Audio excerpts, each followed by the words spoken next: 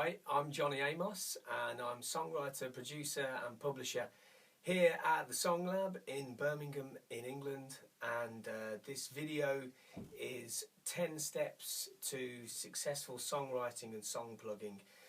This is just based off my own experience, so it's kind of obviously subjective, but I'm doing this in order to be able to help other writers. So hopefully if you're a songwriter or artist or maybe even publisher, then hopefully you'll find some of this helpful in some way or another. The reason I'm doing this as well is because I think that gone are the days of solo songsmiths, pianos, pencils. We're in an era of, especially in pop music, we're in an era of tracks and hooks and plugging and knowing how to collect and exploit and network and co-write. And so I think that the whole approach to songwriting has kind of been hugely industrialised over the last 10-20 years, and it's really good to kind of keep up with where everything's moving, because it only develops us as writers, you know. I think that if you bear in mind that kind of what we create comes on the one side of our brains, and how we detect whether it's any good or not is completely the other side of the brains. It's that one or that one. They're both opposite sides. But it's the interfacing in the middle which truly defines who you are and what you are as a writer and how useful you are to people. So creation, detection, somewhere in the middle, that is what defines you as a writer. Okay, so step one is the research. Now, I plough so much of my time into research, even sometimes long before a songwriting session begins, because I'm trying to gauge how useful the song is going to be for somebody. I'm asking questions of myself and of others, like, okay, how's this song going to aid a visual? Who's going to cover it? What territory is it going to work for? What factors do we need to bear in mind in their culture? Probably 5% of the work I do is for the UK, and I'm UK based, so there's a lot of big territories out there that can be worked. So the research really is to kind of look at all the different territories. You know, there might be songs sat on your hard drive right now that could be charting in India or Malaysia or Spain, and it's just a question of educating yourself on some of those markets sometimes in order to be able to maximise your chances as a writer. Another thing as well is the kind of the social and political economic factors of some of the cultures, because that's hugely important. I think a lot of writers sometimes tend to overlook that. I certainly did for a long time. Also, in terms of on the subject of research, is how you get your leads. Now, unless you've got major label and major publisher connections, then you're probably going to struggle to get the right song leads through, and you need to know who's cutting when, who's looking for what. So really, until you're at that level, I think you have to subscribe to songwriting plugin services, independent A&R companies, or companies that put leads out. Music Gateway is a great one. Taxi Music is another one that I fully endorse. Songlink here in the UK as well are also very, very good. And I think once you start to kind of get your head around how leads work and knowing what to pitch and what not to pitch and when to pitch and when not to pitch, it educates you on what you should be writing and what you should be looking to write before a session starts. Number two is the creativity. Of course, our favourite part. A lot of writers tend to think that it's the only part. It isn't. It's one part. There's a lot of other factors to all of this, but the creativity is hugely important. Writing that big central lyric that no one's ever heard before, coming up with a new twist, is always what we're looking for in pop music. And also how the chords sit with it, how the melodies work, all that stuff. I think there's so many songs these days that have so many melodies, just absolutely littered with melodies, and that's kind of what is expected of a modern pop writer now. So it's good to kind of bear that in mind, and show some resistance when you're writing. I see a lot of writers that will go, oh, let's change that word, but don't question the melody. And it's really, really good to show resistance all the time as you're writing. Try and get the balance right with all that stuff.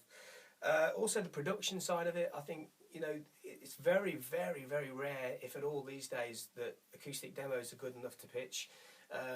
The reality is they're just not good enough, because we're living in a world now where, recording sales are at an all-time low, but licensing sales are at an all-time high. If you think about it, there's more and more TV. It's every time you put your TV on, there's more and more TV channels all the time. They all need music. They have to pay for music, and they need your music. And in order to be able to kind of to get your music out there.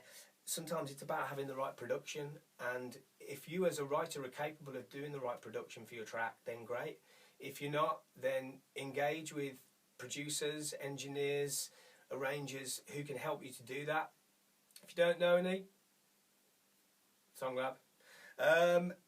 Step 3 is the ethic, the work ethic. I think everything, absolutely everything, talent, leads, everything comes off work rate. If you're willing to work hard, and I'll give you a couple of examples.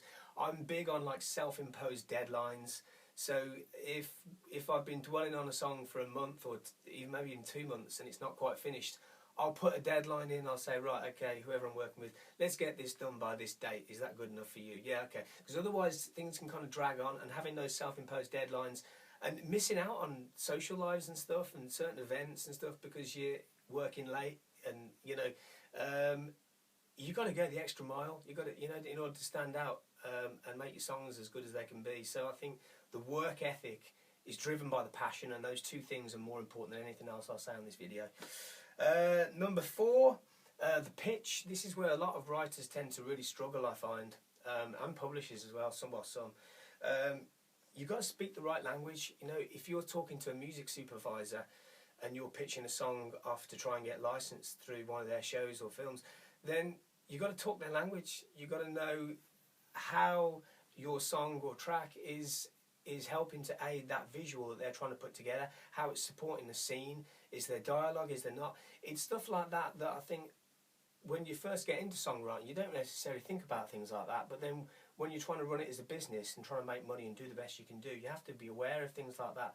If you're pitching for a certain TV program and you've never watched it, then you're going to struggle to understand what kind of thing they need and how useful you can be to them.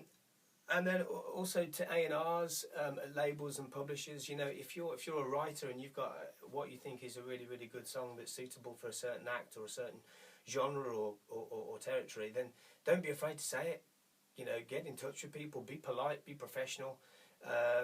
Don't send them big long emails, because people don't want to read it, people haven't got time. That's the reality.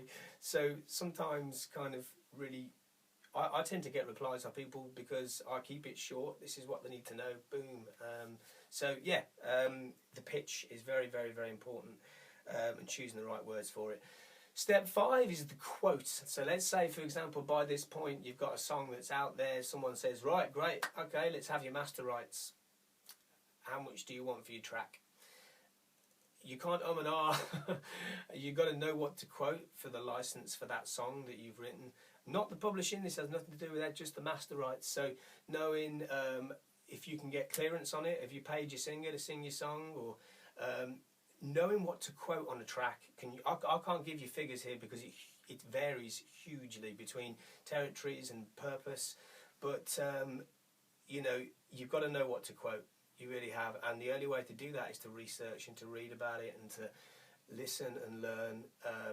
But quoting the wrong thing can happen, but you live and learn, but you've got to know what the value is of your music.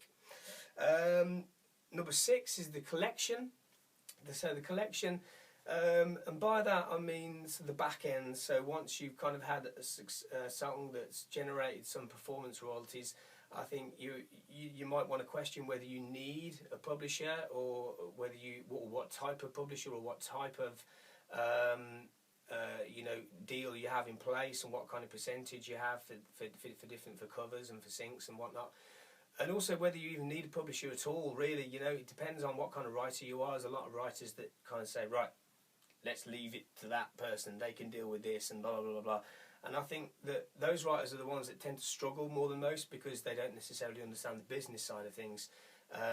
So it's almost like palming off your dream to somebody. It's like there's risk to it. So I think it's really good to educate yourself as a writer on knowing what a publisher does, so you can think like a publisher. So you have this multi-perspective approach to your writing. You think like a producer, you think like a publisher, you think like an artist, you think like a label, all that sort of stuff. So that's the bit about the collection. Number 7 is the self-promotion. Again, I think it's a step that a lot of writers overlook, because when you're a writer that's kind of out of the public eye, that you may not necessarily feel the need to promote your work online or promote you as a service online, if you like. And you kind of have to. I think those days are behind us. There's a lot of producers and writers out there that really push themselves online. They know how to promote themselves. So that's a very, very, very important part, and not just online either. I mean, in real FaceTime, you have to go to conferences, song expos. You got to go out there and meet people. You can't sit and be quiet, man. You have to network. Number 8 is the networking. This is so crucial, and I think here in the UK, especially, we're quite bad at it. We're not particularly forward. There's always exceptions to every rule, of course, but I've had to go to America and learn how to do it properly because they're so much better at it than we are. But just kind of knowing that if you have a successful song, it's not, you can't rely on it. It's not your pension. Gone are those days. You have to think about how you promote yourself. You've had one song that's done something somewhere. Okay, cool. Right. You got to think about how you move off the back of that to promote yourself, to get yourself out there as a writer, to kind of showcase and exhibit what you're about and what you can offer to people. And also, there's other ways to make money from the songs, even just by talking, workshopping, doing masterclasses, talks, presentations. We have great education systems for music all over the world. And if you've had a song that's had any kind of success, then you're probably going to add some value to somebody in a classroom. So it's good to kind of engage with educational settings and talk about your work in that way as well to help other people. Number 9 is the next song. There's always going to be a next song and a next song and a next song. And it's too easy sometimes to get complacent if you found a formula that works for you. You've got to keep pushing yourself and finding that next song, and it might not necessarily be working with the same person or same people you worked with for a while. It might be mixing it up and working with different groups, working with different teams of writers, different producers, working online, remotely with people from all over. And the last one, step 10, is to enjoy it. That's why we do what we do, because we enjoy it. And sometimes when you're busy and you're kind of getting caught up in this and that with it all, that it can stop being enjoyable. And if that ever happens, it's really time to stop and go, hey, I'm doing something amazing and I love it, and it's good to enjoy it. And finally, just on top of that, be positive, be polite, be professional. Good luck.